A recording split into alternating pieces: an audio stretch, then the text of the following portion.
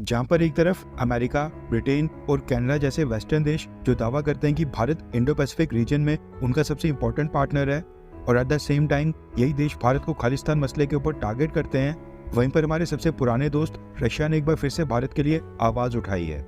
Russia की इस call से जर्मनी और जापान काफी चिंतित हो गए हैं। दरअसल यूएन सिक्योरिटी काउंसिल के लिए जिन 5 देशों का नाम सबसे ऊपर आ रहा है, अब उनमें से रशिया ने 2 देशों के नामों को काट दिया है। एंड ये दोनों देश ऐसे हैं जिनको वीटो पावर दिलाने के लिए भारत की सरकार भी इनके सपोर्ट में आकर खड़ी हो गई है।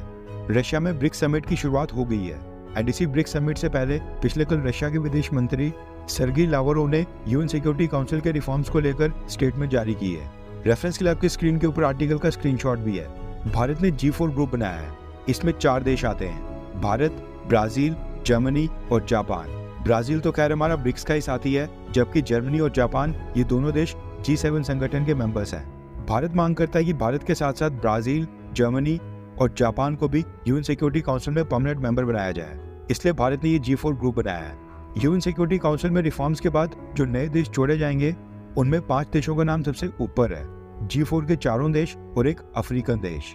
रशिया के विदेश मंत्री सर्गी लावरोव ने यूएन सिक्योरिटी काउंसिल में रिफॉर्म्स को लेकर जो स्टेटमेंट जारी की है, उसमें रशियन फॉरेन मिनिस्टर ने कहा कि रिफॉर्म्स के बाद सबसे पहले भारत को परमानेंट सीट दी जानी चाहिए और फिर भारत के साथ साथ ब्राजील और एक देश साउथ अफ्रीका से भी जोड़ा जाना चाहिए।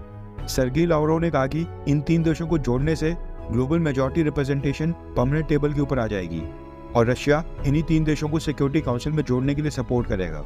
इनके अलावा रशिया और किसी भी देश को सपोर्ट नहीं करता है। रशिया पहले जर्मनी को भी परमानेंट मेंबर बनाने के लिए सपोर्ट करता था, लेकिन अब क्योंकि जर्मनी ने नाटो देश होते हुए यूक्रेन वॉर में न सिर्फ यूक्रेन का समर्थन किया बल्कि यूक्रेन को हथियार भी दिए, फाइनेंशियल मदद भी दी और उसके साथ साथ रशिया के ऊपर काफी सारे सैंक्शंस भी लगाए, इसलिए अब रशिया ने जर्मनी का नाम ब्लॉक करने का फैसला किया है। जापान के साथ तो खैर रशिया का स्टार्टिंग से ही 36 का आंकड़ा है और रशिया ने जापान के नाम के ऊपर आज तक कभी भी हामी नहीं भरी है।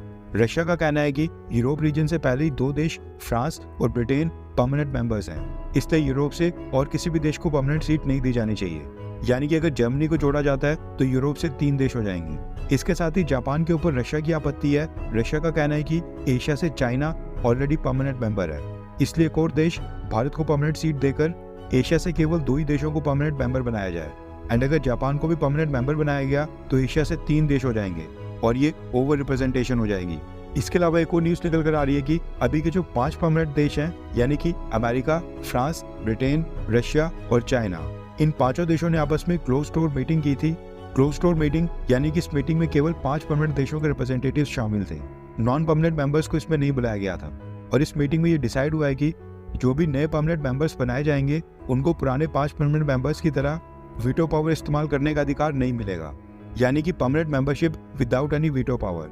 न्यूज निकल कर आ रही है कि इस सुझाव के ऊपर भारत की सरकार ने एक बार फिर से इंटर गवर्नमेंटल नेगोशिएशंस के दौरान अपनी तरफ से क्लियरली कह दिया है कि अगर भारत को परमानेंट मेंबर बनाया जाता है तो फिर भारत को भी पुराने वाले परमानेंट देशों की तरह वीटो पावर का अधिकार दिया जाए, वरना फिर सभी देशों के लिए वीटो पावर को खत्म कर दिया जाए।